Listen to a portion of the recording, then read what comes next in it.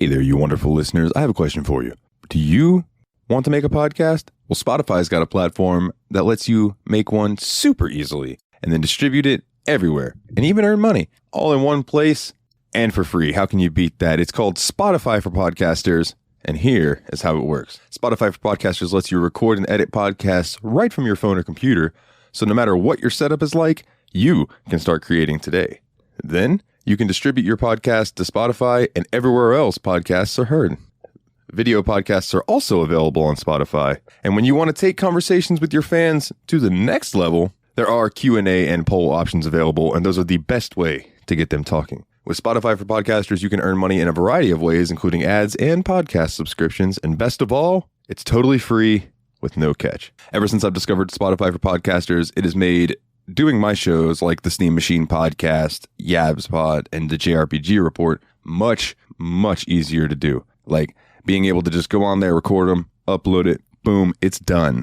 I don't have to pay for a site service to host or anything like that. It's fantastic. So I highly recommend that you give it a try. Download the Spotify for Podcasters app or go to www.spotify.com/podcasters to get started today. This week on the Steam Machine Podcast, Gordon Freeman's Sloppy Toppy. Cue the music. Did you say Gordon? Okay.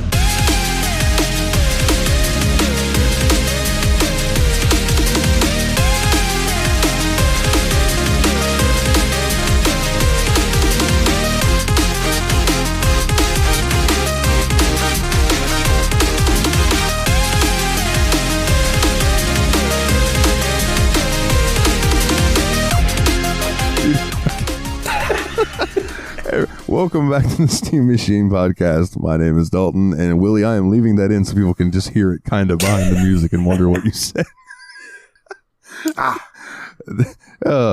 Yeah, anyway, my name is Dalton, and joining me as always are the Destructo Bros themselves. Hey, y'all, it's Nate. Hey, it's Willie. Nice to meet you. Or welcome back. Or nice to meet your back. Yeah, nice to back your meat. Hey. I mean, what? Nice. There it is, winner. Yeah, man. And this week, it's like we wanted something else to get us through this semi-charmed half-life. Baby, baby. Yeah, dude, 2 forehead slaps. That's what I'm talking about. That's what I'm talking about. Killing the game today, Dalton. Killing the game. But, well, I mean, it was only half alive. Zing! Half-Life 4 My consequences. goodness, I need to get out of the dad jokes part of our Discord. What you guys up to this week or the past 2 weeks? Yeah, so like I've had a pretty busy couple weeks. So like I ended up having a trip to Seattle for my new job, and one of my favorite things, because like whenever I talk to somebody from Seattle, I love to do this just to get the reaction. So if you ever talk to somebody from Seattle, ask them, "So, do you miss the Supersonics?" Everybody's mood just changes when you ask them the question. Everybody is so butthurt about the Supersonics from Seattle. And like, I get it. It sucks. They should still have a basketball team. But just the reaction that you get for asking that question is kind of hilarious. I get it, though, because there are a lot of sports teams that I don't feel bad about them moving. I'm not like, man, the St. Louis Browns should come home. The only reason the Sonics aren't the saddest one is because the Hartford Whalers existed. Speaking of hockey teams, too, though, like nobody seems to care up there that I talk to, at least, about the Kraken. And I think I know why. So, I mean, it's a pretty new team. They don't have their own homegrown players it's a new yet, team, right? But ticket prices up there for games are already ridiculous. They're already charging what the Predators charged after they went to the Stanley Cup Finals for tickets. Like, you remember when we first moved to Nashville, you could get to a Preds game for like $20. They haven't gotten to have that experience like we did. They built a lot of like fan base when they did that with us, like because now it's impossible for sort of Preds fans to go to Preds games, but it's all. But it used to be so cheap. You're right, because like I mean, even the 5K where they give out tickets at the end of the race, which they absolutely do not do now. Now it's like a 10% discount coupon off of 4 games that no one wants to go to. So like Seattle Kraken never got that experience because they came out the gate charging hella for tickets. That's unfortunate. Like I feel like Nashville was a great lesson for how to build a hockey fan base because, like, they knew, like, hey, there's a bunch of, guys that moved down here from Detroit. We can sell them tickets for a little cheap and be like, we know this ain't your home team, but, you're going to like them. And, like, once you've got people in the stadium, like, honestly, once you've been to a hockey game, you want to go again. It's one of the best fan experiences in sports. Yeah, I got to go when I was up visiting Ryan, and it wasn't NHL. It was the AAA league or whatever it is. You know what I'm saying? Like the AHL? It might have been AHL. There's NHL is the top level. AHL is like AAA, and then there's ECHL, which is like the next one down. I wish. If you remember a team name, that'll help. I could tell you. I think it was the Rochester. Rochester sounds like it would be AHL because they're AAA in baseball. I'll look it up. Yeah, please do because I got that. Oh, it's the. I'm sorry, it's the Rochester Americans. Yeah, we went and saw them. Yeah, that's AAHL, so that's like the next level down from the NHL. So I've been to a football game. I went and saw the Jaguars play once, and they won that day, so that was cool. That's a rarity. And then I've been to like a basketball game, and I've seen some other sports stuff. But dude, going to that hockey game was the coolest fucking experience that I've had at a sports event. I can only imagine too, because like AHL being basically minor league sports games are so much fun to go to. Like if you've ever been to a minor league baseball game, those are a blast. Yeah. So I can only imagine like a minor league hockey game just being full of the drunkest, most rowdy idiots and having a great time. Oh yeah. Ryan brought a hat. He goes, and I was like, why do you have a hat? He goes, dude, because if they score 3 points tonight, it's a hat trick. Everybody's got to throw their hat on the court. Or on the ice. And I was like, really? Yeah. He's like, yeah, sometimes it takes like 10 minutes for him to clean up all the hats. I was like, that's tremendous. Although a couple teams have different traditions than a hat. Detroit with their throwing octopuses at the thing, and then Nashville kind of did a riff on that while throwing like southern catfish out there. That's tremendous. Hockey's a weird game, and people that play it are weird dudes. I got a rant, though, real quick about minor league baseball around me. So there used to be this team in Jacksonville called the Jacksonville Suns, right? And growing up, always on the radio, Jacksonville's never been hotter with the Jacksonville Suns. I'm sorry, baseball's never been hotter with the Jacksonville Suns, right? Nice. Somebody else bought it. Somebody else bought it, and they changed the name. They changed the name. No, what to? To the Jacksonville Jumbo Shrimp. Now, I want you to hear me out on this. When asked why he did this, he said, because the sun burns you and people love jumbo shrimp. Like, are you fucking serious, bro? That's fantastic. That's true, though. It's not wrong. Oh, dude. So that just reminds me of when I was in college, they were bringing a minor league baseball team to Bowling Green, which is the city I went to college in. And they did a big thing where they were doing all these polls and stuff to get fan support, see what everybody liked. And I was so mad that they didn't go with the one I liked the best. So what they went with was regionally appropriate, was the Bowling Green Hot Rods, because Bowling Green's the town where they make all the Corvettes and all that kind of stuff. They have the National Corvette Convention there every year and all that. But I really wanted them to go with the Bowling Green Bluegills, because then you had the BGBGs, and that just would have been so good. Yeah, I agree. BGBGs? Yeah, dude, because think about the marketing you could do with that.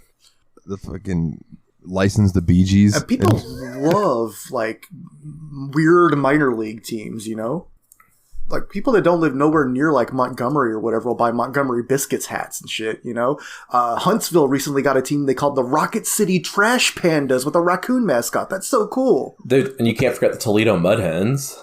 That's such a good name too. That's a tremendous name. Yeah.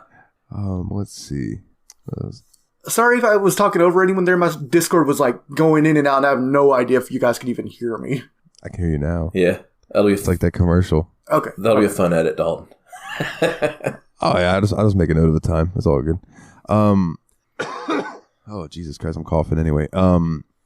So I gotta tell you, this week, boys, I loaded up. I've been playing a lot of WWE 2K22, right? And I will give them credit that they have released a lot of updates to fix things that were wrong. My only complaint with it now is if you are using custom superstars, it takes for goddamn ever to load. So if you turn off entrances, it'll cut down on the loading time some. but I had a match where it was one of my created dudes versus like Seth Rollins, right? And Seth Rollins is in the game, so he's not created. It's turned entrances off, and I hit start. I hit play, right? And I started the timer on my phone. And from the time for it to load to the time that I hit OK to start the match was 2 minutes and 27 seconds. Wow. And that's with entrances off and only one created character. Now, I've done matches where it's like 4 to 5 created characters. And, dude, I can go make a sandwich. I wonder how they do that. Like, they got to be like storing the assets. Bust my ass. They got to be like storing the assets in a different folder or something for that. Because, like, I don't understand why that would be that hard on the system. I'm not really sure. And that's on my SSD. Like, I can't imagine if I had that on my normal hard drive, it would take forever. But, like, custom characters are, like, one of the most fun parts about wrestling games in the first place. Like, the creator wrestler mode is one of the biggest attractions to me of a wrestling game. Especially when you see people's, like, insane creations out there, you know? Yeah. Oh, yeah, dude. Most of my roster... So I've gotten into, like, where I'll create a few people that I've created every year. Like I've told you guys, Blade, Razor Storm. There's, like, a few people that I always create. But then I go in and download people.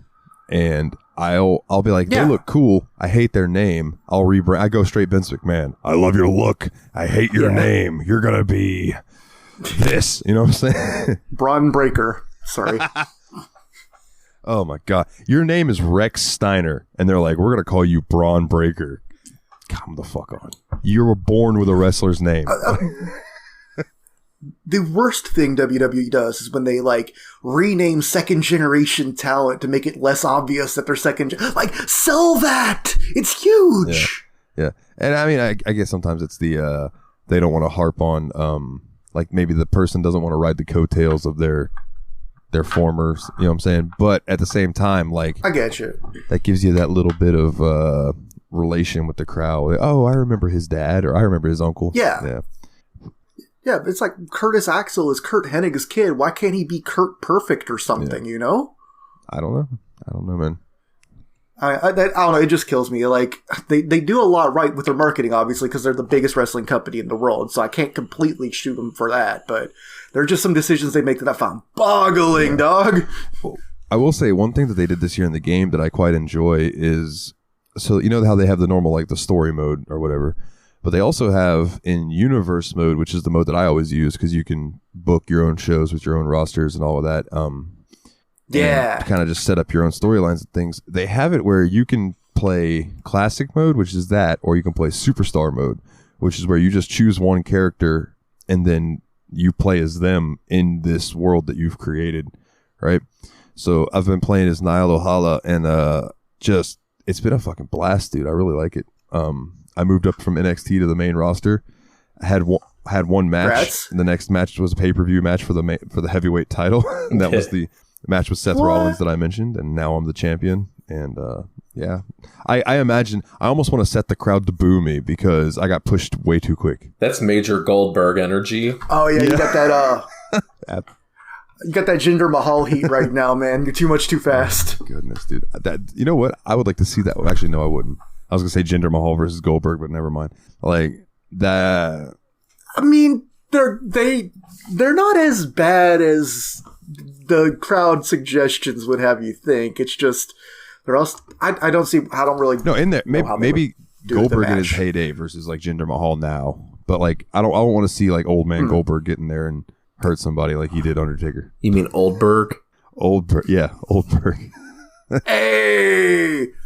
Goldberg was hurting people pretty early on in his career, though. He gave that concussion to Bret Hart. He ended Bret Hart's career with one single kick, and if you ask Bret Hart about it, he'll talk to you about it for an extended period of time.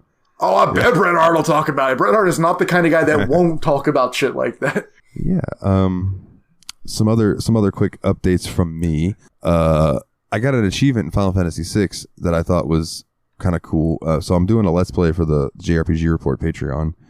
And the version of Final Fantasy VI that I have is no longer available on Steam. The only one you can get now is the Pixel Remaster, right? So I got this achievement.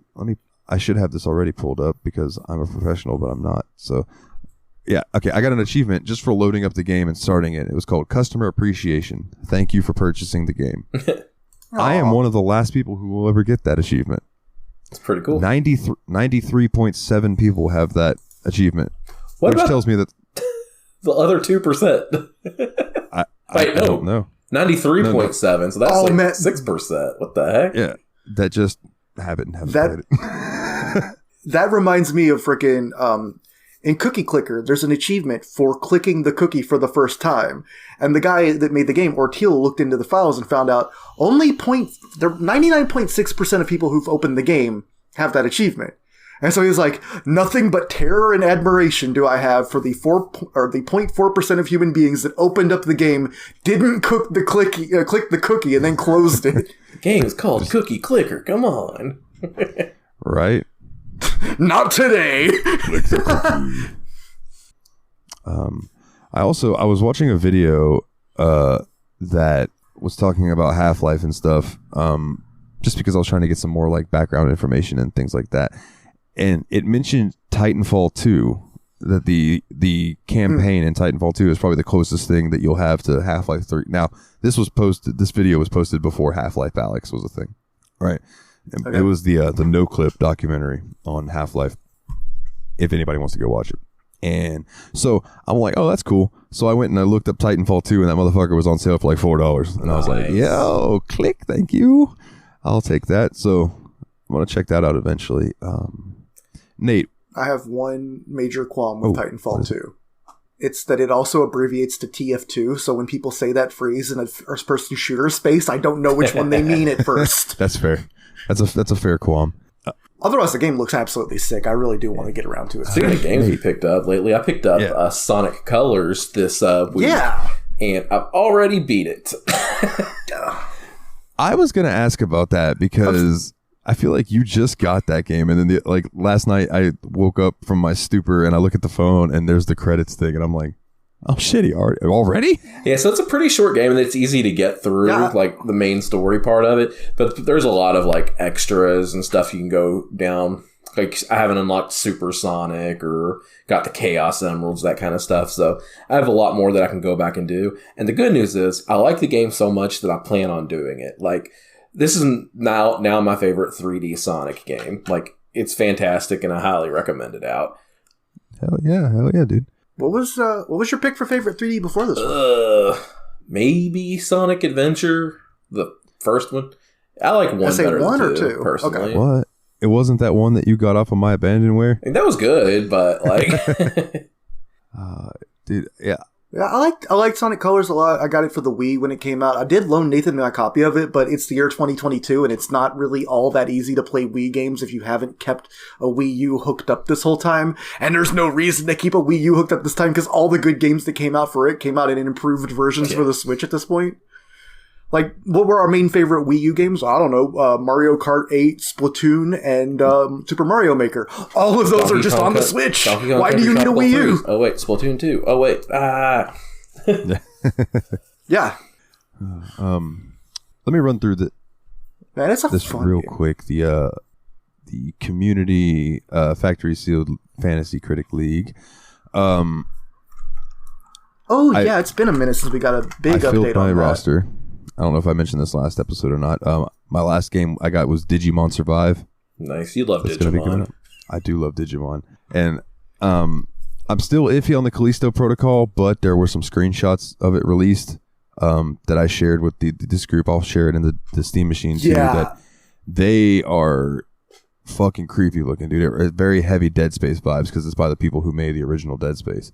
And that game is really I know Matrix already did, but holy shit, this game is showing off what Unreal Engine 5 is capable of. And it's still slated to come out this year, so fingers crossed. Unfortunately, I got a big fat 0 for Starfield because that game got delayed till next year, and I can't drop it because it was counterpicked by somebody.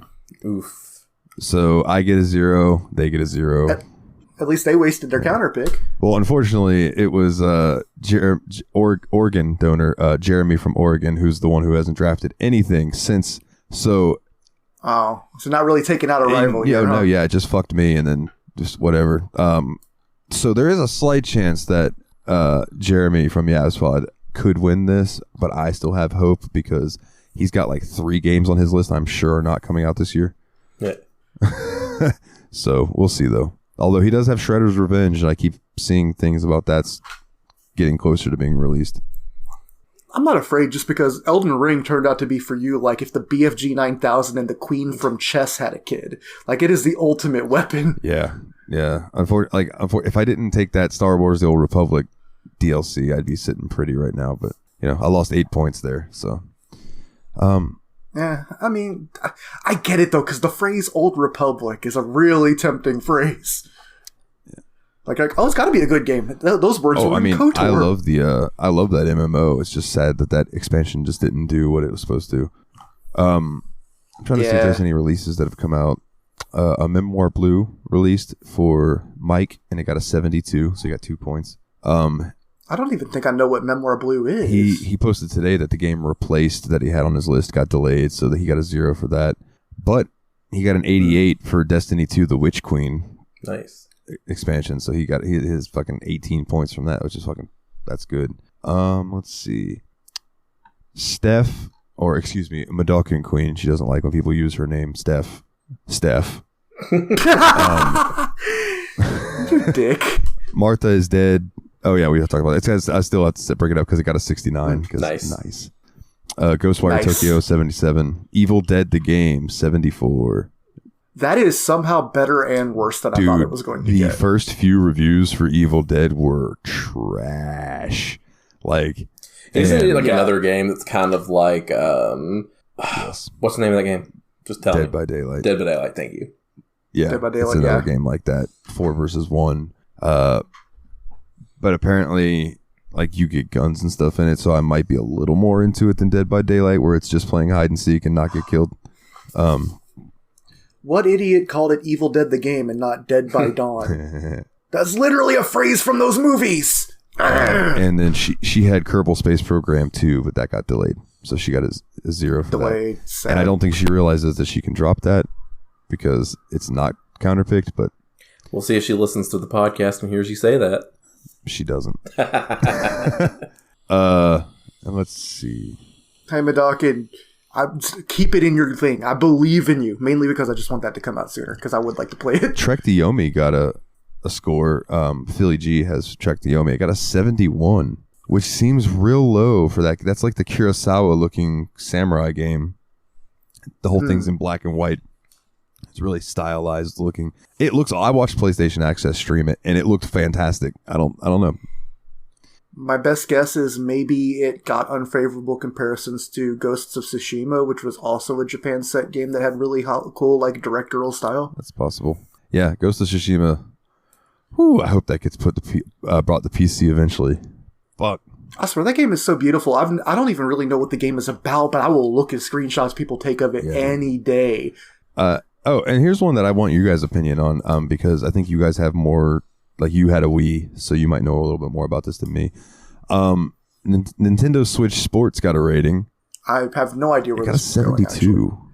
I can see that because, like, I know that a lot of people were not happy about how the Mii's look. There was such a big, because Nintendo fans are goobers, but there was such a big backlash on the way the characters look in the game.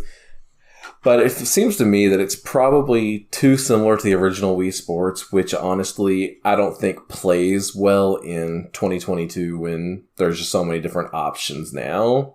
That makes sense. I think that is weird though that they're mad about the Mii's, because it's like, why are we protesting Switch Sports? Because it doesn't use the models from the Wii version. Why are we protesting Sword and Shield? Because they use the models from older versions. Fuck off, Nintendo fans. This sums up video game fandom. Right. It's probably not the same people. I'm probably conflating things, and I like Nintendo games too. I'm just being a dillweed because sometimes complaining just comes off as really goofy. I think it was you that coined it. It was like, I wake up. Sometimes I said, well, I woke up and chose violence, and you were like, I think you just woke up and chose not being able to tolerate idiots or something like that. You said something along those lines. Today was one of those days that I woke up and I was in the bathroom and I'm scrolling through on my phone on Facebook, and I'm in this group called RPG Sanctuary, and someone was just being a real cunt, and I let them know that they were being a real cunt, and I ended up blocking like 12 people on this comment section. I should just stop clicking comment sections. Like, seriously, I really should. Like, I should just enjoy the post for what it is and not click comment section. But I did get a 24-hour ban from activity in groups on Facebook for calling them a cunt. Even though that when I called them a cunt, they were being one. They were being one. I mean, and Facebook sent me a message and they were like, "Hey, this goes against community standards, so we're not even going to post it. But here's a warning." So, okay, whatever. And then they decided to ban me anyway. I guess because they were like, "Oh, we've put this guy in Facebook jail for stuff like this before." Wait, it's that Dalton again. It's me. He was seen near the fight. We gotta put him in detention. Story of my life, son. Story of my life. Oh, believe me, I've been listening. I've been listening to old Yabs pods when I'm at work and stuff. I haven't quite caught up yet, and that has definitely been a running theme for sure. So I thought of you guys this week, or really this past whole month. I've been playing through Edge of Eternity, and I won't say it's Dragon Quest XI good, right? I'm not going to go that far, but it's the same style of big sprawling open world-esque RPG. It's made by French developers, but it's definitely a JRPG style. Really, really fucking fun. I think you guys would really enjoy it. That sounds awesome. So it's like just big adventure fun time? Pretty much. Like you're this character, and then like now I'm with his sister, and you're kind of like roaming around. I haven't gotten any more of the party members yet, but it's just these big, open, beautiful landscapes, you know. And when you go into the battle, it's like you can do that thing where you attack them first, and you can get the player initiative type thing, right? I love that, yeah. But the battle takes place where you're at. Like, so it'll transition to a battle, but you're still on the same spot you were in the map. So, like, if there's a chest over to the left that you haven't opened yet, you'll be able to see it, and you'll just be like, oh, I need to go get that after this battle's over. And then you can run over there and snag it. Didn't Trails do that? Yeah, in a sense, yeah. Trails did. I guess Chrono Trigger is probably the game that I really associate with that seamless transition between combat, or between overworld and combat. Because, like, the enemies are visible in the overworld and Chrono Trigger for the most part, and then, like, when the fight starts, well, overworld's not the word I mean, it's the, level area, but, like, it immediately goes into the combat. It's just, I don't know, I thought that was cool. Yeah. And one mechanic in Edge of Eternity that I find interesting is, like, if you go into a battle, like, say it'll give you, a little challenge. Like, it'll be like, kill the marked enemy last, and there'll be, like, this little mark thing on the enemies. So if you kill that thing last, it gives you extra money, which I think is called like Hyur or something like that. HYUR. I don't know. They always have to name their money some weird name that's hard to pronounce. But anyways, it's just really fun. I think you guys would really enjoy it. It might be on my list of games to pick. You know what I mean? Sweet. I don't remember if I had put it on my list or not, but. All right, I'll keep that in mind. It's Edge of Tomorrow, starring Tom Cruise and Emily Blunt. And in other games that we picked up, Nate, you picked up a game for Game Buds that I wanted to bring up because it's so goddamn fun. If you wanted to talk about it a little bit, my good sir. Yeah, so I went ahead and got Rift Tracks, the game, last week for us to play. And, man, if y'all played Jackbox games and have ever watched like Rift Tracks or Mystery Science Theater 3000, like, this is like the perfect game for anybody. So basically what you do is it plays you this clip from one of these old movies that it's famously been made fun of on Rift Tracks, and then it gives you the opportunity to fill in the blank, to basically make fun of the scene, fill in the next line, and you can just do all kinds of hilarious stuff with it. And like the group we had last week was just absolutely killing it. Shout outs to Kana, because I know she was there when we were playing. Yeah, I had a blast, man. Oh, Jeff was too. Jeff, yeah. Yep. Jeff was there too, yeah. I think that one of the things that really impressed me is the game uses like a text-to-speech, and the text-to-speech recognizes stuff you would not expect one to do a lot of the time. Like, sometimes it misses, but sometimes it's surprisingly good. The only thing I really noticed is it doesn't like when you capitalize an entire word. It will just read out the letters, which is sometimes even funnier. I tried to use it for screaming, and occasionally it would just spell it out. H. Was funny or something.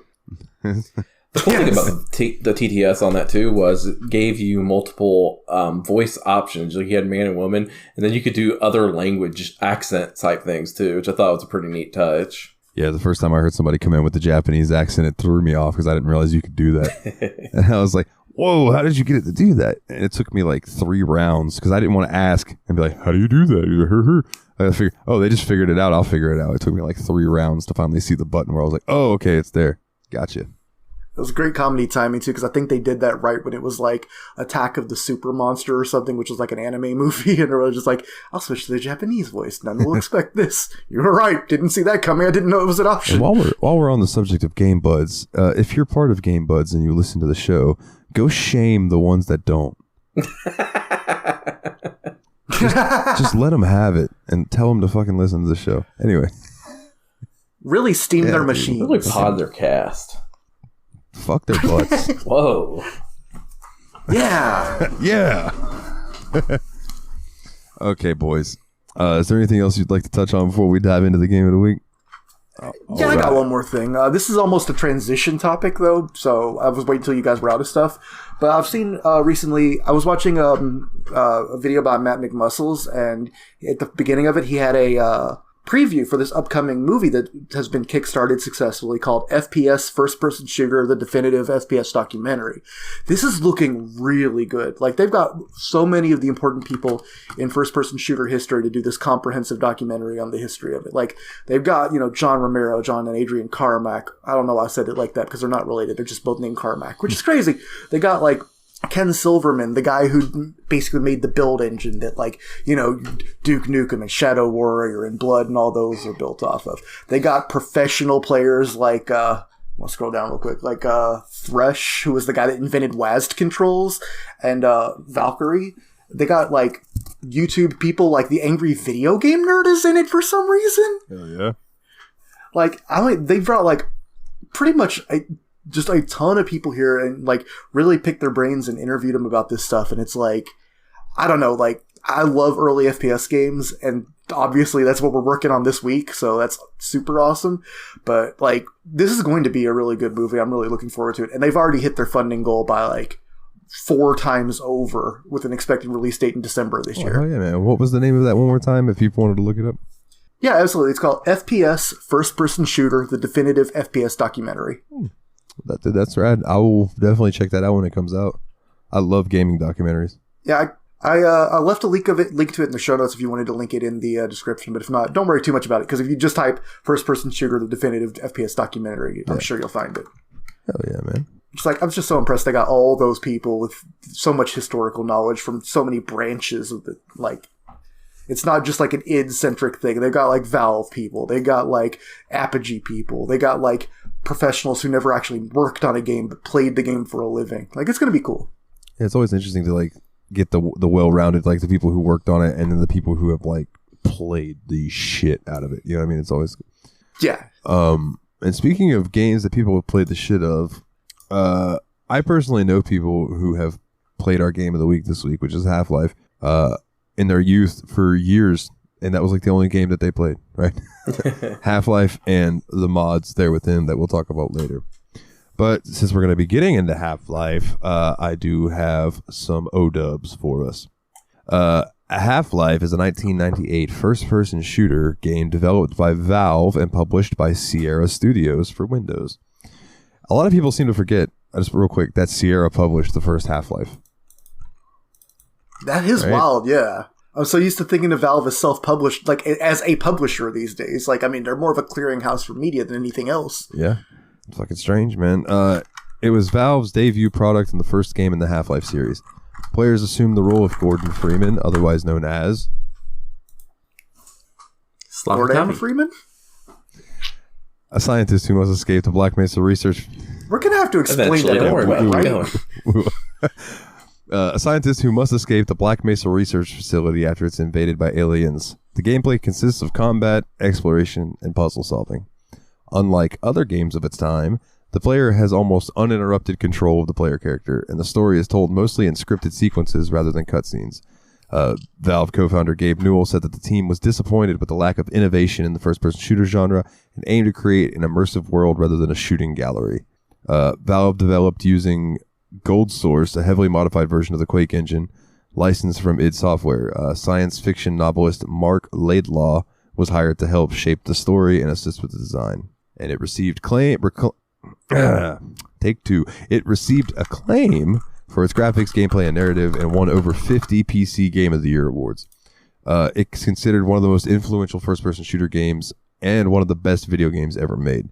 By 2008, it sold over 9 million copies, and it was followed by the expansion packs Opposing Force and Blue Shift, which I'll touch on a little bit later, which those were developed by Gearbox Software. And starting to develop an extended FPS universe here. And if Gearbox Software sounds familiar to you, it's because they did Borderlands, Duke Nukem, Alien Colonial Marines, Brothers in Arms. Like, they've done all kinds of stuff, but they're mostly known for Borderlands.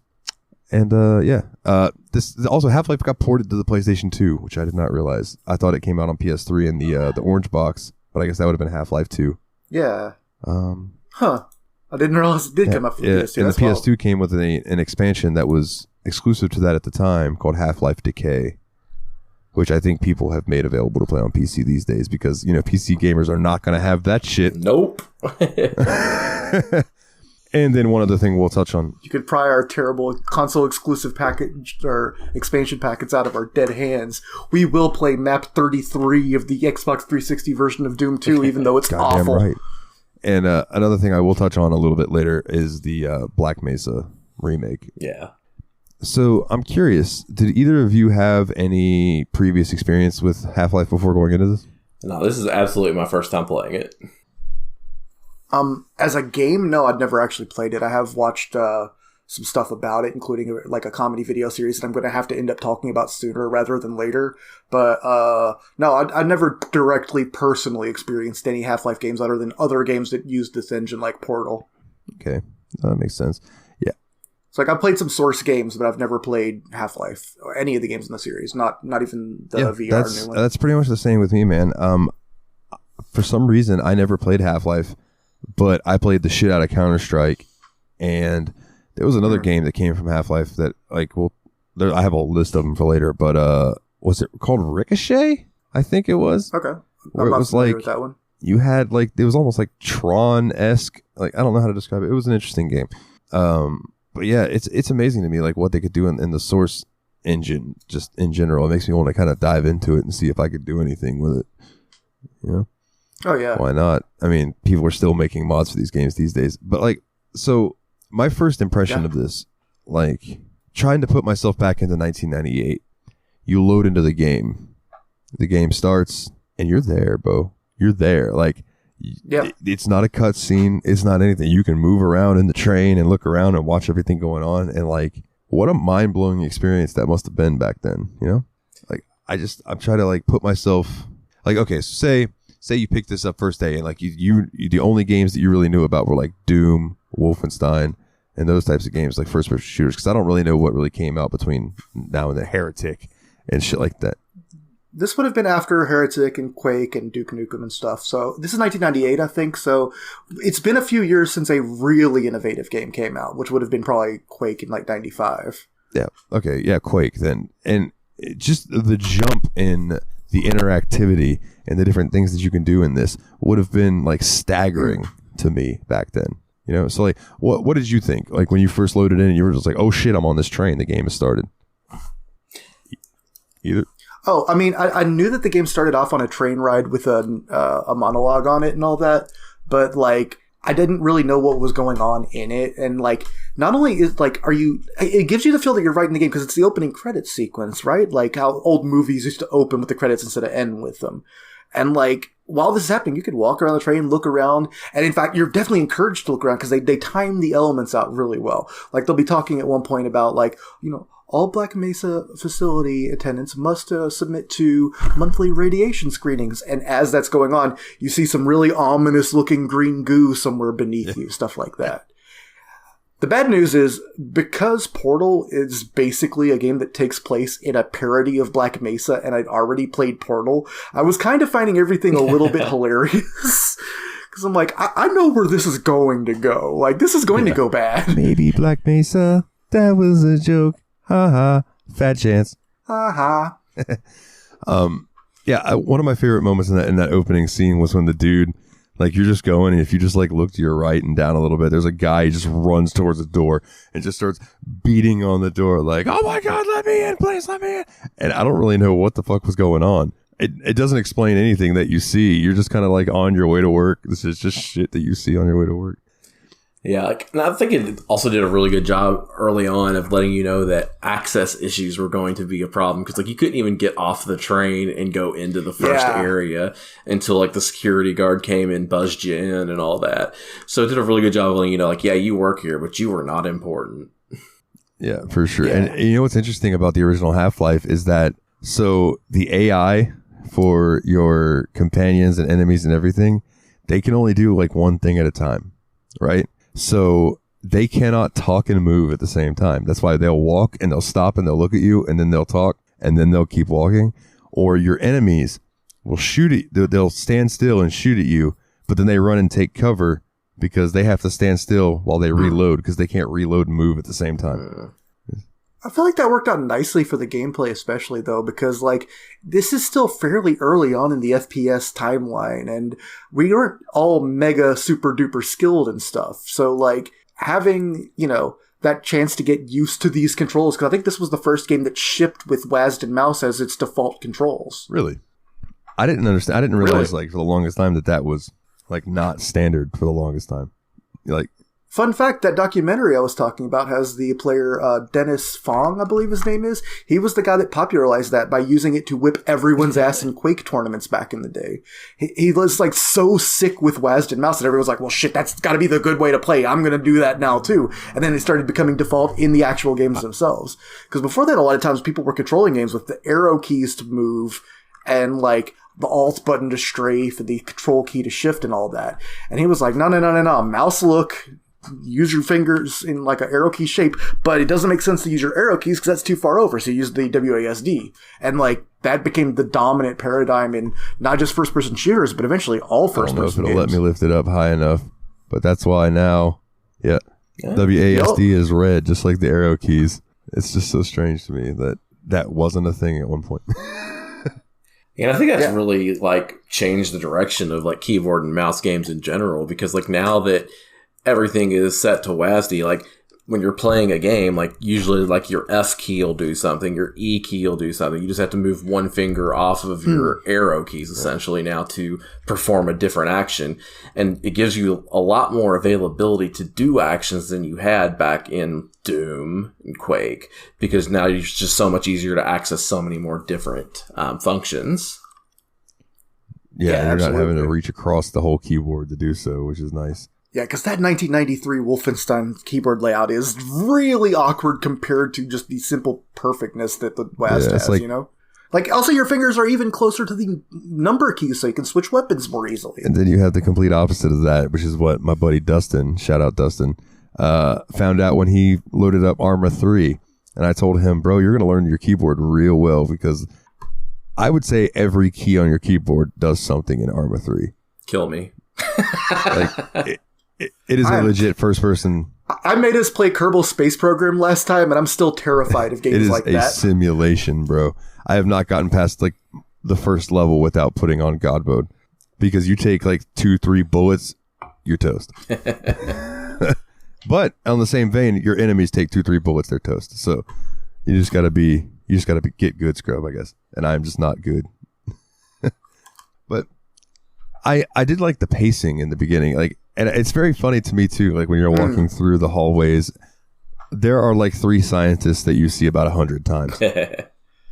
Right? Yeah. And that's absolutely just hilarious to me, because one of those doctors that you talk to who you see like 1,000 of in Half-Life 2 is just one guy. Nice.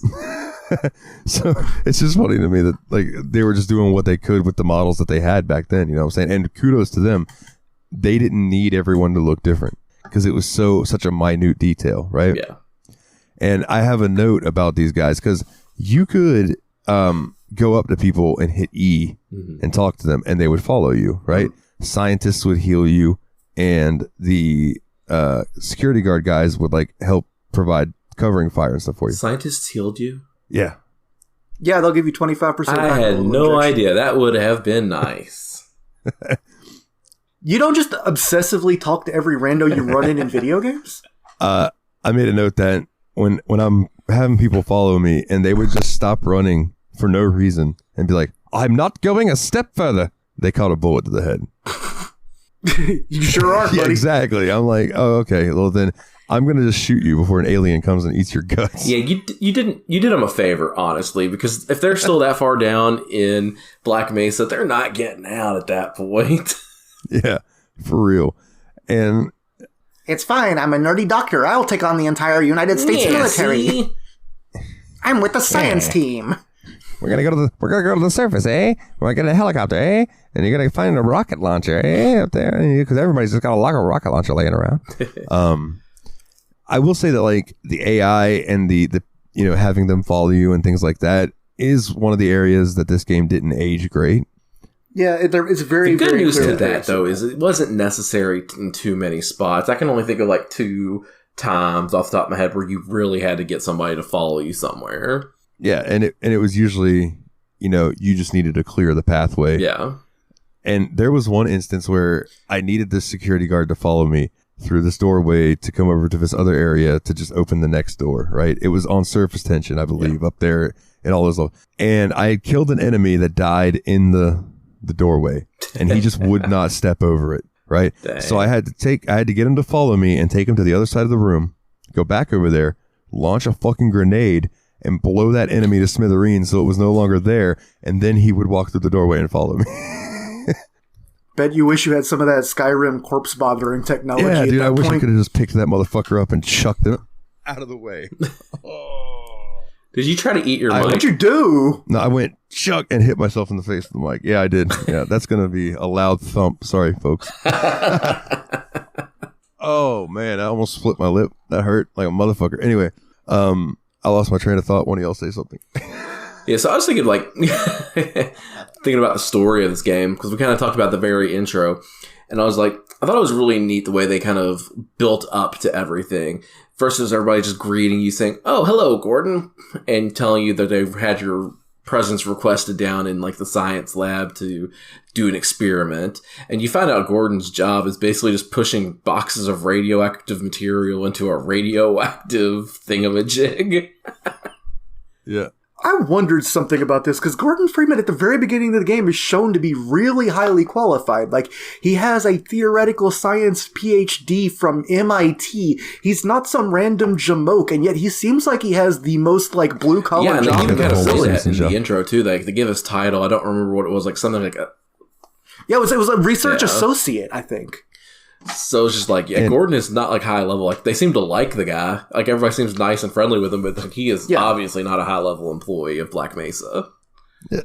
The first security guard offers to buy him a beer when we get out of this. We are never getting out of this. Ever getting back together. Fun fact on that entrance, when you get to that one area when you're in the tram still, and to your right there's the security guard, and he talks to you and then lets you through. So in Half-Life Blue Shift, which is one of the like expansions for it, you play as that guy. Oh, cool. And you get to, like, you're there and you watch Gordon come in on the tram and you talk to him and then go on, and then that's where the game starts, is you're that dude trying to deal with what's going on. That's really cool. But look back to the story kind of part of it. Like, I liked how like the scientists was like, a couple of them seemed nervous and the other one was like, "No, Gordon, it'll be fine. Go on, do your job," kind of thing. And it was not fine. He did his job, but it was not fine. Oh no, it was not fine at all. And not to that, and I have confidence in you, Gordon. You won't cause a resonance cascade. I don't know if it's because I took my time making my way down there or what, but some of the scientists seemed very annoyed with me. Like, they don't like it if you talk to them multiple times. Some don't like it if you talk to them at all. Like, you just walk past a random scientist, they just get kind of pissy with you. Well, joke's on them, because they're going to get eaten by a crab monster from space. I will say that when I loaded up Black Mesa and was checking that out, in one of the areas where all the scientists are at, one of the scientists got snarky with me, so I picked up his keyboard from his computer and threw it at him. Nice. And it was satisfying. Nice. But yeah, the way that Perry, this shit casual. It builds, like, it seems very mundane in the beginning, you know what I mean? Until it's not. He's just showing up to work. And then when it's almost like the like a reactor failure, almost like whatever happens, they open up this fucking portal to this other world, and these fucking creatures start coming through. That's where basically the game starts, is that boom, now you're in this alien infested underground lab. Yeah. And it's up to you to kind of get out, because everybody's like, "Gordon, you got to get out of here. Get us some help." I don't know why we decided to go old-timey people for the NPCs in this game, but I'm cool with it. Well, I mean, they all... I'm trying to do an impression of someone that I can't do a very good impression of, honestly. I like that you could, in theory, like, one of the things is they were like, we wanted to give you the ability to save some of the people that were in there with you, like the scientists and stuff. And I thought to myself, like, I wonder how, because like I said, they would get to some points, they'd just be like, I'm not going a step further. Or they would just die. I was going to say, don't press the elevator button the first one you see. That's a good way to save a couple of them. Oh, man. That is such a funny scene, though. Like, I know I drew a reference to Portal because, like, Portal has kind of, like, a lot of, like, black humor to it. And then it's like, this game definitely has its moments of dark humor, you know? For sure. Go ahead and describe that scene for. Oh, just straight up when you're early on, like shortly after the resonance cascade, and you go forward into an elevator, there's a room with an elevator that's clearly there, and there's a button you can press, and you can just go, beep, beep. And the moment you press it, you just hear screaming, and an elevator falls from above with like 3 scientist guys on it. I didn't do that. No. Oh, you didn't do that? I can't believe you didn't hit the elevator button. Yeah. It's very, very early on in the game, too. Apparently, that was one of the first things they added to the game as well. Like, they did that to try to make, like, the director laugh or whatever, and he loved it. So they're like, yep, this is staying in. And then that's kind of like where the game kind of starts, and then you start trying to run around just to try to get out of the first area, and you find the crowbar. Yeah. So you finally have a way to start doing things. And it kind of does a good job of leading you around to get to where you need to go next. So you see you have this crowbar here. You're like, okay, this has to be for something. So you find out that you start running around hitting stuff with it. And you're like, you hit the glass out of this door and you're able to go through the bottom corner if you crouch and walk through it. So I thought, I was like, oh, that's why they gave me the crowbar. So it does a good job of leading you and showing you the mechanics of what you're supposed to do with the game. Yeah, like you... Oh, go ahead. I will say... Oh, go ahead. Damn it. Okay. Well, I liked, too, that like they would put crates in your way that like obviously you couldn't jump over. Yeah.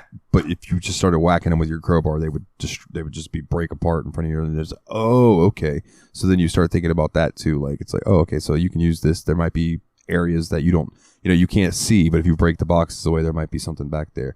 Or the like the air vent, having to break in the air vent, same way the glass and stuff. Like, it was very cool the way they kind of, like you said, kind of just led you to figure that out. Yeah, not only does the game do a good job of teaching you element by element early on, but like, I know I'm kind of jumping the gun and going into level design, but I tend to get lost really badly in true 3D first-person shooter games, and I feel like this game had really good navigation. Like, the levels were was it very linear? Yeah, but like, I feel like it was really easy to navigate and get to where I was supposed to be going. Like, I never felt see, in a game really like this, I appreciate the more linear design. Like, I don't think it was super, super linear because, like, there were things you could do to explore. But the fact that it was kind of clear where you were supposed to go next saves a lot of frustration in a lot of points in games. Like, I think I mentioned this to you guys that I think that Jedi Outcast wanted to be this game and failed. Mm-hmm. I think a lot of first-person shooters that came out after this game, now that I've played it, the fingerprints are all over so many. Like, Doom 3 wanted to be this game extremely hard, too. It's just in different directions. Like, the way the narrative storytelling is done through environmental elements and people, you don't... Doom 3 is like, oh, you're going to look at audio logs all day. This game is just like, no, a guy will talk to you for 2 seconds, and then you go forward. You will see what is happening. Yeah, for sure. And I really quite enjoyed, like, the fact that there was only like maybe 2 or 3 spots that I had to look up a guide, but it was because I was just clearly missing something. Like, I was just looking over it. You know what I mean? Like, the one area I told you guys that I spent like an hour and a half wandering around, like, what the fuck do I do? And then I go over to the elevator and there's a button next to it that I just didn't see. And that's just me being blind. But I think you're onto something. I think you're onto something about Jedi Outcast wanting to be this game, because like early on in Jedi Outcast, there are scenes where it obviously thinks that some game by now has taught you that you need to try to destroy this bit of non-obviously destroyable material. And unless you've played something like Half-Life, you're not bashing things with a crowbar all the time, you know? Yeah, that's fair. So we know there's a lot of good about this game. What was like a level that jumped out to you that was just, because I have 2. I have a big main one. And the main one, I think this game is kind of famous for this. It starts off strong, and then there's some points that drag. Yeah, before we can kind of get to that, though, I kind of want to go a little bit more on story beats because, like, oh yeah, please. So basically, So that was kind of like the very intro of the game. Then you start like going through the lab trying to get back to the surface so that you can get out and try to get help or whatever. So basically the whole time you're down there, you're fighting all these alien looking creatures, for a better term. Like you have the head crab, which is obviously the most famous monster in the game, and a bunch of other things. And finally you start getting new guns and stuff like that. But at some point in the game, you start noticing there's other humans down there shooting at you as well as the aliens. Oh, that's right. Yeah. Yeah. So at some point, the U.S. military has been called in, and they're not your friend. They don't like the aliens either, but they also do not like you. No, and if I remember right, they introduced that in a scene where you hop down, and there's like a military dude and a scientist. Mm-hmm. And the scientist is like, oh, they're here to save us. And then that military dude just fucking guns that motherfucker down. Dead. And then they start shooting at you, and you're like, oh, what the hell? And you can kind of hear them talk like as you're going through, and basically, they're sent in by the government to clean up this fuck up, and the soldiers are not exactly happy that they're having to go in there and just massacre civilians, you know what I'm saying? But it's what they were told to do, and it's an interesting dynamic that it throws in. Yeah, and something interesting about the mechanics between that too is like the aliens and the military start fighting each other too. So like you can kind of walk into an area and there'll be already a battle going on before you walk in. And so those situations, I kind of sat back and ate popcorn, saw who won, then cleaned up the rest, you know? Yeah. If it reminded me of any game, it's a little less like the infighting in Doom, where enemies that aggravate each other will fight. It reminded me of the infighting in Fallout 3, where it's like bandits will fight against, rad scorpions and stuff because they're the top priority. But once that's over, whoever survived was coming after you. But it was very factional. It was cool. Yeah, for sure. So, speaking of the aliens, did you have to get grabbed by one of the things on the roof to know what they were? I didn't, barnacles? But I saw it happen to like another thing in the game, and I was like, I was really good about avoiding them. Then at one point I was like, what happens if I walk into this? I'm just like, the curiosity got the best of me, so I had to walk into one of them. I had, after seeing that dude get grabbed, there were a few times where I would just run around a corner and not see it and run into it and start getting lifted up, and I would just have to really quickly aim up and just fire a couple bullets up, and then they would drop you. My favorite thing about those guys is sometimes they would drop weapons and things to you after you killed them because they had already eaten somebody else that had something that you wanted. Yeah. That's cool. I kept expecting them to be used for like some kind of transport at some point, so I kept kind of looking around like, could I get up to that bridge if I got grabbed? But I don't think they were supposed to be useful. One of the most satisfying things in the game, so like the M16 that you get has its alternate fire as it launches a grenade, right? Yeah. And I went into this room that had like 6 of those things on the roof, and I just shot this grenade perfectly in the center. It killed all 6 of them in one grenade. And I was like, yes! God, it felt so good. Yeah, I mean, it's not an FPS without an arsenal. So y'all want to talk about the weapons a little bit? Because I feel like that is pretty important. Sure. Yeah, and I have a fun fact about the weapons, so that'll be a good little piece of that, and then we can roll back into the rest of the story beats and stuff. Yeah. So I was gonna say, like, there's a bunch of weapons, and it's kind of weird the way they have it laid out to how you switch between weapons. But I think Willie has something he wants to go into on that piece of it. So I'll just go ahead and list a couple of my favorite weapons, and forgive me for not knowing the names.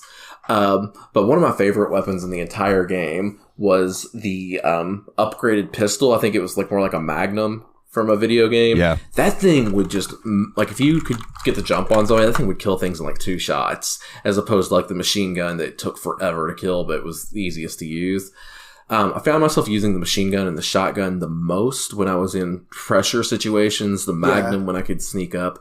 But my favorite 2 weapons of the game were both alien weapons. Yeah, son. So one of them was the Hornet launcher. So you find this at the beginning of one episode. It's like what the aliens use that have the arm sticking out of their chest that shoots the hornets at you. You get to use that weapon in the game.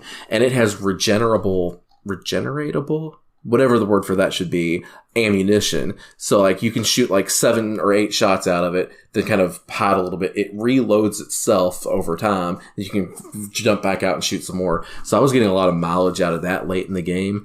And then there's one of the, I don't know the name of it at all, but it was kind of like an energy rifle, I would say, where you could shoot things from a distance that with this beam of light that did a ton of damage. That weapon was great. That was my favorite weapon. That was probably the Gauss gun or the Gluon gun. Did either of you get the little weapon where you like had the grub? I hated that. It was so bad. Dude, I used that thing. I threw a bunch of them out, and it killed the guy, and then they all came at me. Yep. And I was like, well, this is stupid. I never used it again.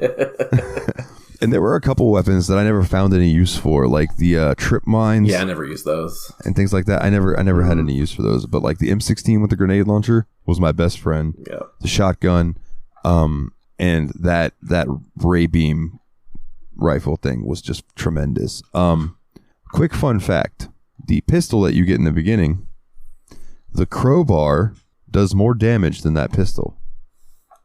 But that. I believe that. This is a typical useless pistol in a first-person shooter. The moment you have another gun, you don't want to use it again. It is basically for you to pop shots off at things at a distance, and then as you close the distance, whip that crowbar out and beat them to death.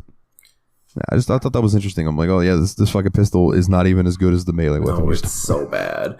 But like, yeah. So what about you, Willie? What were your favorite weapons? I mean, I didn't get far enough into the game that I had the whole lineup of weapon. One thing I would like to complain about is that I am terrible at hand grenades at first-person shooters. I will never be good at them. If I may learn them one day. This was not this week.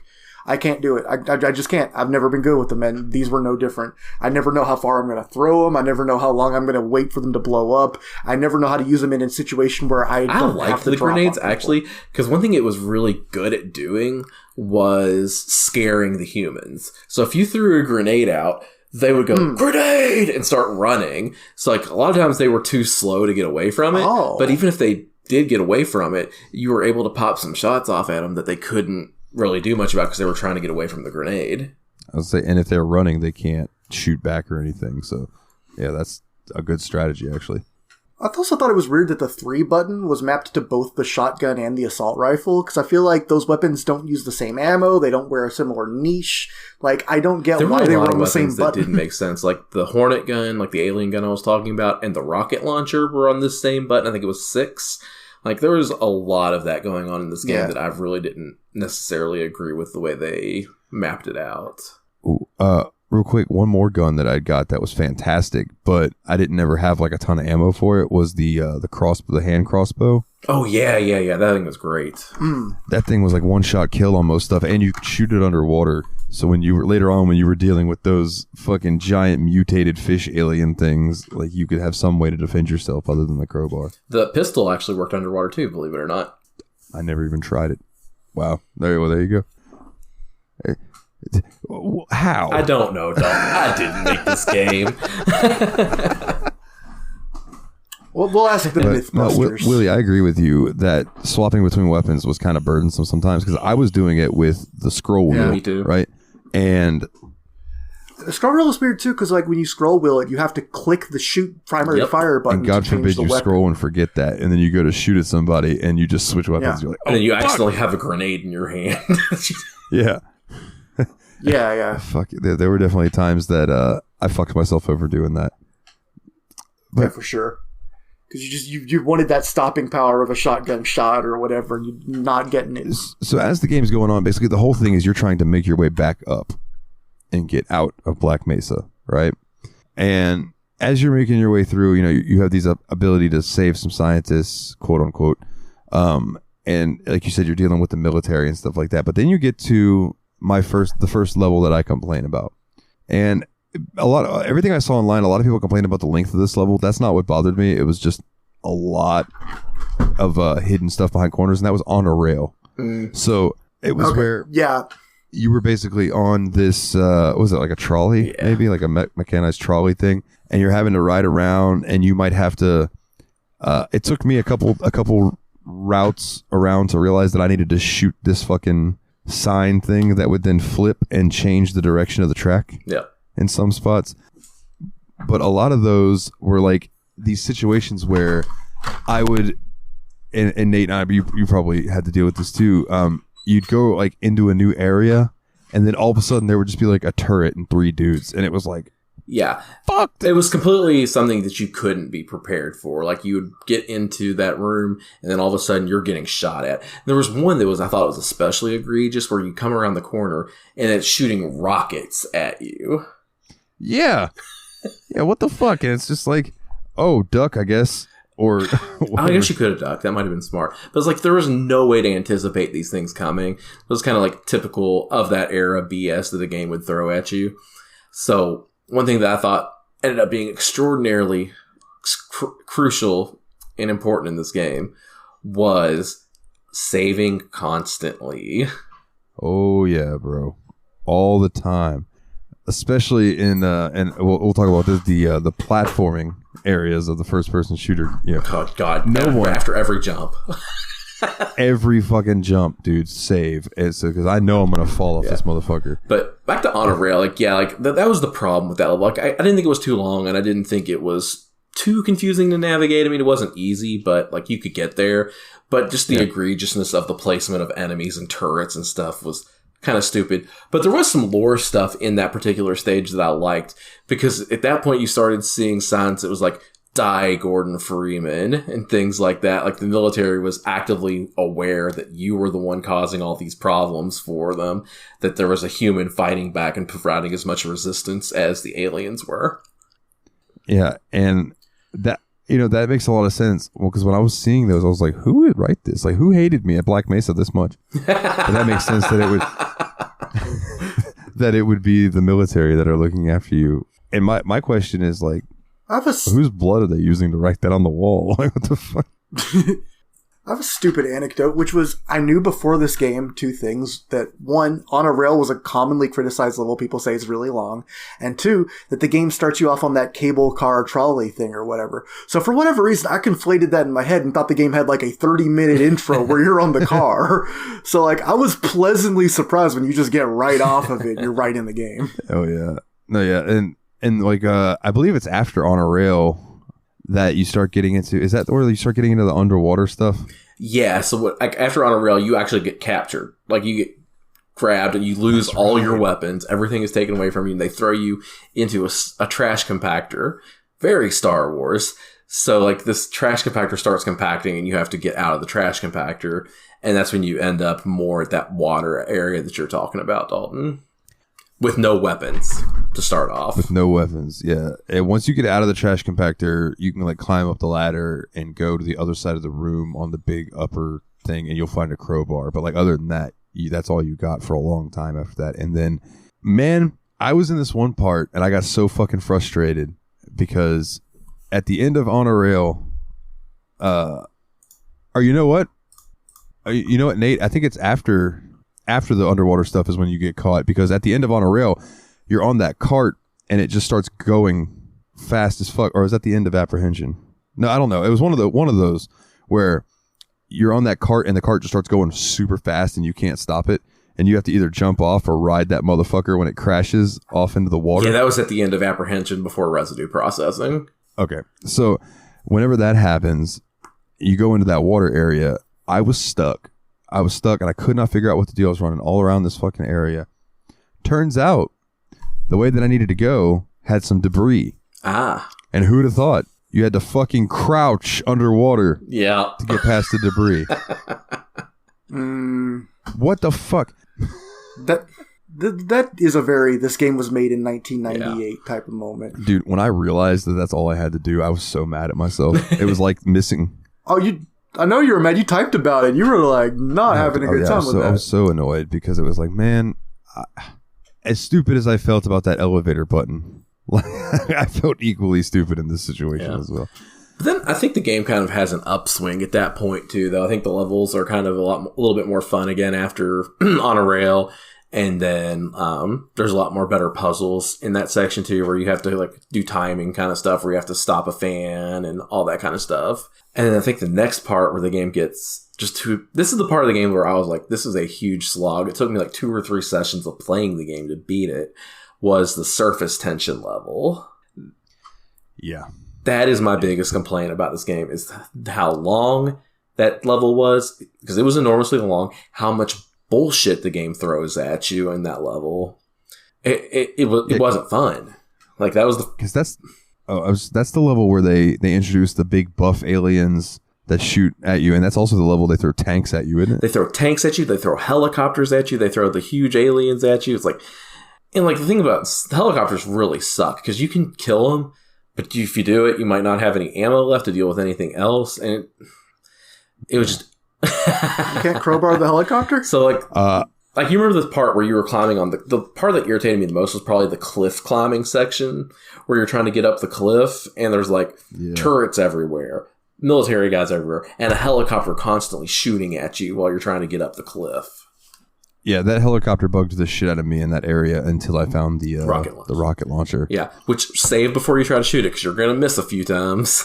Yes, sir. And then not only that, in that one area, so there's an area, I think it's on surface tension. It might be a little later, but I know not too long after surface tension is where you go into the alien world, so it has to be surface tension, where you're running along this area. It's almost like a dam bridge, yep. Right? That's also on surface tension, just to remind you how long this level is. the tower that you have to get. So that's the level where I sent you guys the screenshot where there was a guy across the bridge back the way I came. So that laser rifle thing that we were talking about, its secondary shot, you could charge it up if you held it, and the gun would and just get louder and louder, and then you could blast it, and like that would take down a helicopter in like 2 of those shots if fully charged, right? Okay. So I shot one at this dude just to try to take him out from a distance with it, and that gun has recoil and will send you flying backwards. And it sent me flying up and over the fucking building that was behind me, and I went behind it and out of the map, right? So I'm now like, oh shit. So I walked forward, and it walked me forward, and I walked through some glitchy looking shit, and then I was on top of the building that I was down, and I'm looking down, and I'm like, dude, I hope it doesn't kill me when I jump off this fucking thing. So I ended up having to jump off the top of that into the water because I needed to go over there anyway to get up that tower on the ladder and everything. But luckily, while I was up on that building, the giant evil fish monster that was in that water would surface every now and then while it was swimming around, and I saw it. So I just stood up there with I think I used the crossbow and just waited till it would surface, and I'd pop a couple shots into it until I killed that motherfucker. Then I dove in the water. Smile, you son of a bitch. Yeah, that's also the level that had not one, but 2 minefields in it. Oh, God. Do you know that I ran through both of those minefields and didn't step on a mine one time until I had finished what I was doing, and then I was retracing my steps to find something else and blew the fuck up, had to do it all over again because I forgot to save. Oh, no. Yep. See, what you need a box full of wind-up rabbits. I'm not putting my mouth on that. Hey. But after surface tension, man, I gotta say, this game gets weird. I was going to ask what you guys thought of the alien dimension stuff, because that is very controversial. Yeah, like, you end up going through a portal into the alien world, right? So, my biggest... Well, real quick, before that, I just want to say, the first-person platforming to get into the portal to go into the alien world almost made me quit playing this game. No, I was going to actually bring that up, because eventually you get this thing called the long jump apparatus, or whatever it was called.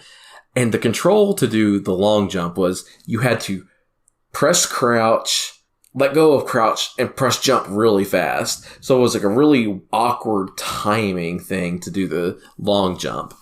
And it just did not feel good. It really didn't. And there was necessary parts where I had to save after every single jump in order to make sure I made it to where I wanted to. The problem with Gordon Freeman's long jump is that he does not yell "woohoo" when he does it. I didn't play the tutorial level, so I had to look up how to long jump. The long jump was in the tutorial. I had to look it up because when it was like, oh yeah, just you're gonna have to use the long jump to get through this part, I was like, how do I? So there was like, I shift, run, jump, walk, jump.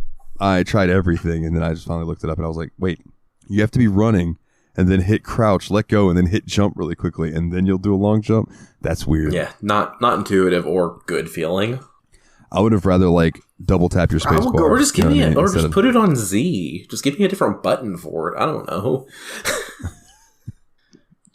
I feel like in general, we generally speak about how platforming typically doesn't feel great in first-person shooters and stuff, but I felt like even in the tutorial in this, it felt like you had to jump a lot later than you thought. And that became a really big problem on some of those narrow platforms in the alien world that you had to jump to. Specifically that one where you had to make your way up. Like, actually, it was during the final boss fight. not to jump too far ahead, but during the final boss fight, Nate, did you get hit with that like green? It shoots green portals ball. at you. Yeah, and then it puts you at the bottom of that fucking tower. You got to climb your way back up, dude. I have like 15 saves that are just stages of me getting up that fucking thing. Yeah, but the thing about the Alien Worlds, I thought they did some neat stuff in the Alien World stuff. Like, I didn't hate it completely. I wish that it would have relied less on platforming for those parts.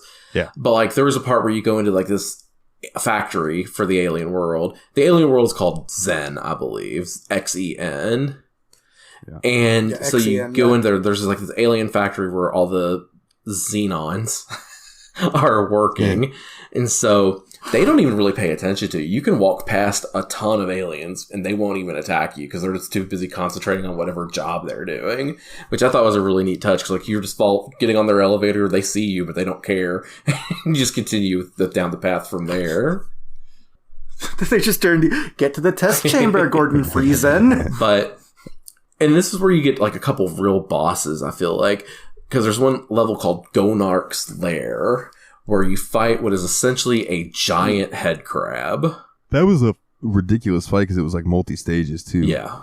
And man, that was one fight that like I died a few times in the second stage because I feel like when if I remember correctly, and correct me if I'm wrong, in the first area you're fighting it's kind of like a more open area, and when you go into that second area, it's very much smaller, more small area, and it's like smaller area, and there's a hole in the middle, right? If I remember correctly, you can fall down into.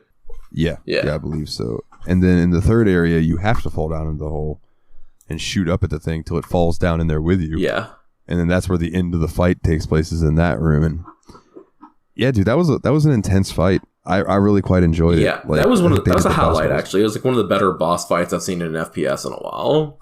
Yeah.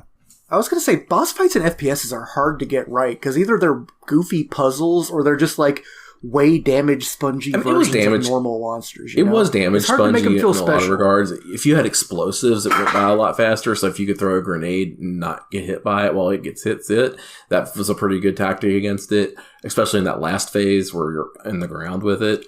But you say that about FPS bosses, where they're usually like that. I say the final boss is like that. Yeah.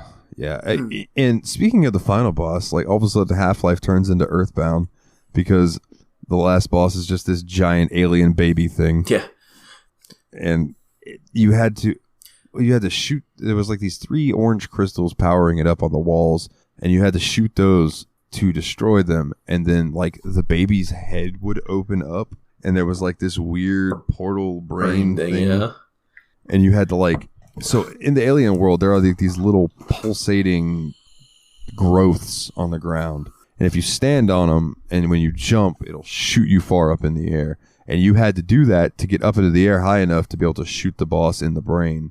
And it might have been damage spongy. I used that ray gun and the powered up shot, so it only took about 4 or 5 of those shots to that brain. But man, having to dodge all the shit it starts throwing at you.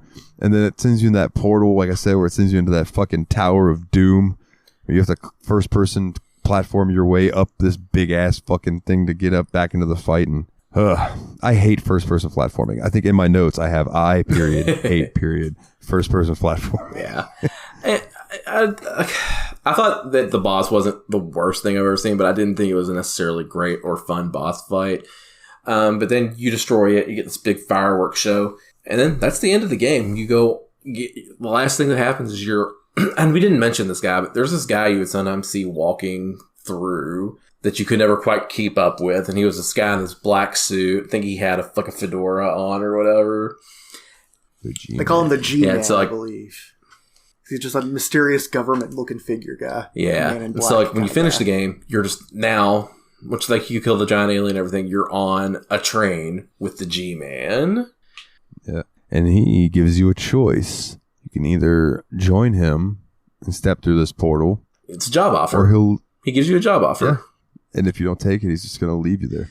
Yes, like the job offer is, Gordon, you were able to take down an entire alien race by yourself. We could use a guy like you on our team. Or we'll leave you here. And you'll fight one last battle that we promise you cannot win. And so, if you go through the portal, you do a handshake, you get the job, you're good to go. If you don't go through the portal, you get transported into the room with just a... I don't know. Anyway, so you're just in this room with just a bunch of those big alien guys with the arms coming out of their chest, and all you can do is look around because there's like 100 of them around you, and you have no weapons because the G-Man had taken your weapons at that point. So, and then it just ends, and it just looks like a scene out of a bad porno. But maybe he actually survives in that because he gives them all sloppy toppy. Yeah, so I guess we should probably talk about that. So that's the end of the game. So I was looking through Steam reviews after I'd finished the game because I was like, yeah, this was a really fun game. I enjoyed this a lot. I'm glad I played it. So I just started reading through Steam reviews. And there was just this one that in particular jumped out to me. I kept looking at it for like 2 minutes because it kept making me laugh out loud over and over again because it just was the most ridiculous Steam review I'd ever seen. This phrase is a cogito hazard, dude. This is some SCP shit. Once it gets in your brain, it never leaves it. This is a review on Steam, written by the account. Account name is Jerry. His profile picture looks like a little weird hand-drawn MS Paint Pac-Man. He has 11 products on his account. And his review for Half-Life is Gordon Freeman Sloppy Toppy. And I don't know why, but it was like 3 a.m. when I'd finished Half-Life and I was looking at reviews, and that just cracked me up for hours straight. Goddamn Freeman Sloppy Toppy. Yeah. It should be pointed out, it's Gordam, which I don't even know where that spelling came from. If it was just Gordon, it would have been kind of funny. But the fact that he goofed up the last 2 letters of the first word, just... It really sets up the expectation. It's the wind-up before the pitch. Thing I've seen online, I don't know what it is, but like there are groups of people who refuse to use the letter N. Like they just don't like the letter N for some reason, so they'll replace it with the letter M. That's rude. So like I've seen like, you know, people call a fat cat chunk. Yeah. They'll call it chomp. I don't want to know what they call me, mate. G'day, mate. Is Adam one of those people? No. So I have something interesting that I pulled up. So Half-Life spawned a lot of mods, right? And Half-Life spawned a lot of mods that turned into other things. Like, for instance, Counter-Strike. When I first loaded up Half-Life and started shooting people, I was like, this seems very, very familiar to me. And then it clicked with me, oh, that's because I've put hours and hours into Counter-Strike, and that's where this originated, or that's where Counter-Strike originated, was this. So I have 2 lists, and these lists are not complete, so there are more than this. But I have the list for the source version and the gold source version, and I'm not going to go into details of all of these, but like, I will just name them off. And this is for Half-Life and Half-Life 2. Keep that in mind. Just to give you an example of how many mods are out there for this game. Yeah. For the source version, 1187, Age of Chivalry, Awakening, Battlegrounds 2, Black Mesa, which was turned into a retail game, Black Mesa Azure Sheep, Casualty Effects, City 14, City 17, Episode 1, City 7, Toronto Conflict, Coastline to Atmosphere, Combined Destiny, Day Hard, Dear Esther, which was turned into a retail game, Dino D-Day, which was turned into a retail game, DIP-RIP, Dystopia, Entropy 0, 1, and 2, Fake Factory Cinematic Mod, G-String, Gary's Mod, Gary's Eclipse, mod, dude. Eternal Silence, GoldenEye Source, Gordon Freakman, Guard Duty, Gordon Freakman is sloppy. Half-Life 2 Aftermath, Half-Life 2 Dawn, Insurgency, Modern Infantry Combat, Lambda Wars, Lost Squad, Minerva. Let me scan over some more of these. Neo Tokyo, No More Room in Hell, Opposing Force 2, Perfect Dark Source, Portal Stories Mel, Portal Prelude, Portal the Flash version map pack. The Stanley Parable started as a Half-Life mod. Damn. Star Trek Enterprise Temporal Cold War. Looks like Xenoclash was originally planned as a mod then made into a retail game. And then like for Gold Source, there's even more of the ones that you would recognize. Absolute Redemption, Action Half-Life, Afraid of Monsters. Action Half-Life was supposed to be huge back in the day, but I never got a chance to play it. I've heard it was awesome, though. I've never actually heard of it. People said it was like, I think it was like a really great multiplayer mod. Speaking of Counter-Strike, which was turned into a retail game by Valve. Black Ops, not Call of Duty Black Ops, but just a game called Black Ops. Cat Life, Crack Life, Christmas Life, Cry of Fear. Oh, Cry of Fear. I did not realize that's where that came from. Day of Defeat. Huh. Let's see. Paranoia, Ricochet, Shaft. Oh, looks like that was canceled. Wait. That's one bad video game. Team Fortress, They Hunger, The Ship, and USS Darkstar. And there's a bunch of other ones that I skipped over just because they're like Half-Life before, Half-Life, Critical Mass, Half-Life, Echoes. Like there are so many fucking mods for these two games, Half-Life. Yeah. It's insane. This game's definitely left an imprint on video games as a whole. Like this game goes beyond just being a huge monumental success for FPSs. I think it's culturally relevant and it's made an impact on just the way games are made in general. Yeah, for sure. It's one of those things too, like Citizen Kane, where people will tell you this and you won't believe them, but even though it's super important, it's a foundational part of the history, it still holds up. Go check it out. Yeah, absolutely. And I think, Half-Life 1 revolutionized first-person shooters the way that they came in with Half-Life 2 and revolutionized physics in a shooter. Which is going to be interesting when we get to like Half-Life 2 and it's got like the gravity gun and stuff like that, which I think like that gave way to, what's the name of the shooter series? Very dark aesthetic. Oh my God, damn it. What the fuck is it called? Give us a hint. What's it about? Like a dude. Painkiller. Cool. That's. I was trying to think of like I was gonna say you're like a dude in a trench coat style thing, but then I was like, no, that's like Hatred and Portal or Postal, and that's not. But Dude, no, we cannot possibly get Postal and Portal. I know they're one letter off. They're very different first person games. Has the nail gun. Painkiller. Okay. Where you could shoot people and nail them to the wall. Oh, that's right. Like in different, and I think that probably came from things like Half-Life. Yeah. Those ideas. That's the thing about Half-Life 2 is like it's not the game that I was expecting, to be perfectly honest. Like I was expecting a much more physics oriented game, something that did a lot more different kind of things with the world around it. Kind of more Portal-y in a lot of ways. Yeah, the physics puzzles were more like push the boxes until you've made a little staircase. So it didn't quite hit where I thought it was on that, but that didn't take away from my enjoyment of the game as a whole. Like it just turned into a different experience than what I went in expecting. Hell yeah. And I said this in the chat, and I'll say, like, I'm interested to when we finally, and I think we should wait a while, but like when we finally get around to playing Black Mesa, which is the remake of Half-Life 1, because I believe that they remade it in the Half-Life 2 Portal 2 engines. So it's a lot prettier, I'll tell you that much. Yeah, you sent some screenshots of it. It looked great. Yeah, it should be fun. So if you guys were going to give this a rating, what would you throw at it? Yeah, so like I said, I really think this game has a lot. It did a lot for video games as a whole. And I think it aged well, but not perfectly. I think it's still a very fun game, but it does have those issues that we talked about earlier in the show. So for me, it's a great game, worth playing, but the parts that did age poorly aged poorly, but for the most part aged well. So I'm going to give this 8 Gordon Freemans out of 10 sloppy toppies.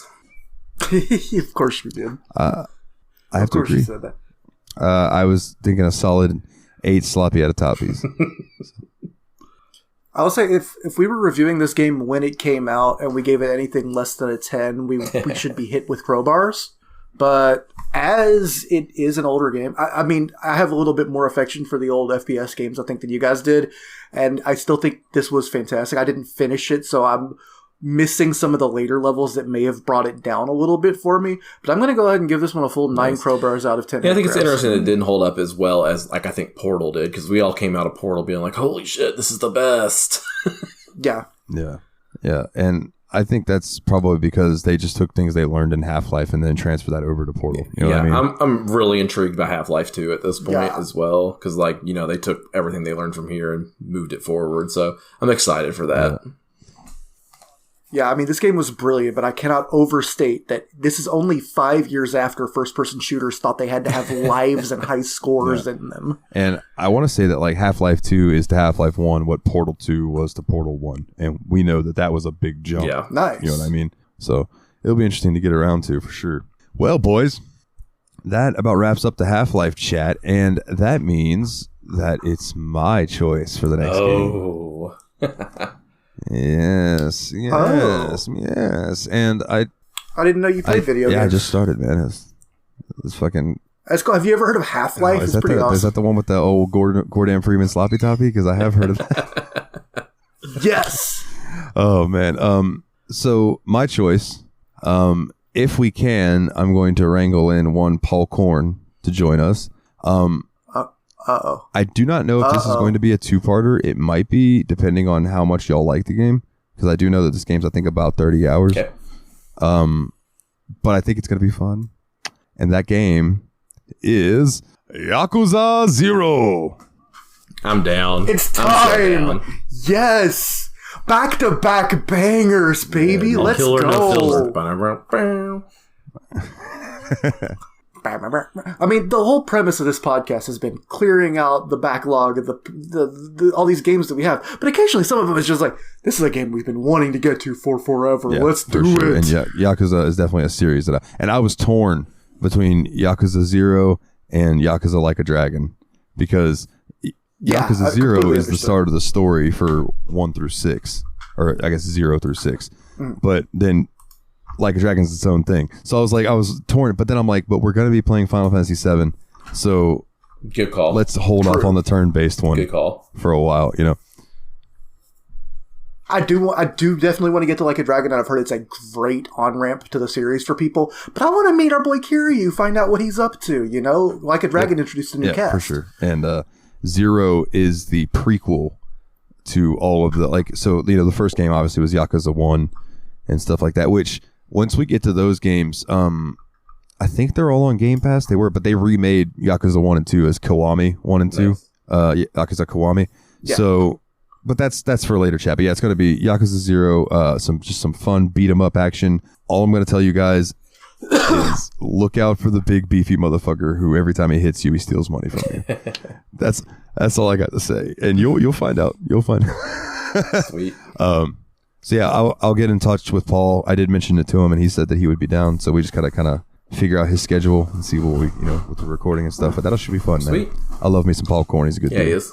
I would say that this is like the most hype I've been in a while. Like, but I was about this hype to do Half-Life as well. So like, I don't know. The hits just keep coming for me. This is definitely something that I've kept saying. I want to play these games. I just need an excuse when the podcast gets to it. We're doing it, baby. Hell yeah. And I guess that about does it, man. So let's get into the house cleaning. If you want to come join us on Discord, you can go to bit.ly/TSMP Discord, all capital letters. Come in there and join us, talk about some video games. Vote on the fan poll, which I believe Final Fantasy 7 won the last one, and I think American Truck Simulator is in the lead on this next one that's going. Was it American Truck? I believe so. Yeah. Yeah, Middle-earth Shadow of Mordor is close behind it, though. So if you would rather that game, then join. Come vote. Let your voice be heard. If you want to be an awesome person, like one of our many, many Patreons, you can go to... I say many, many Patreons. Well, many, as far as you know. God damn it. Patreon.com/The Steam Machine Podcast. And a special shout out to those who donate $10 or more a month, and that would be Nate Sir Cogsworth, the 7th of Juniper, Jeff, the original expendable, Mr. Syllables himself, old Jeffy Lube, and Ariso Adam. Shout out to his podcast, Revival and Extinction. Speaking of which, dude just did a really good episode on the Metaversus video game that's coming out, the WB Multiverse. Sorry, Multiverses. I get that wrong half the time too. That's why. Anyway, that's a really cool new platform fighting game that stars WB characters, and I think this episode was really fun on it, and I'm looking forward to playing that. And since he has it, maybe if we can get the Australia and United States time barrier broken, we could play together at some point. Right? That'd be cool.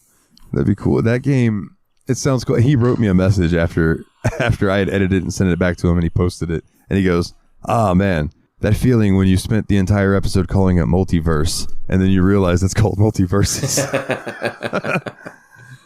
It's a hard game title to get right. But yeah, man, he's a good dude. Check out his podcast.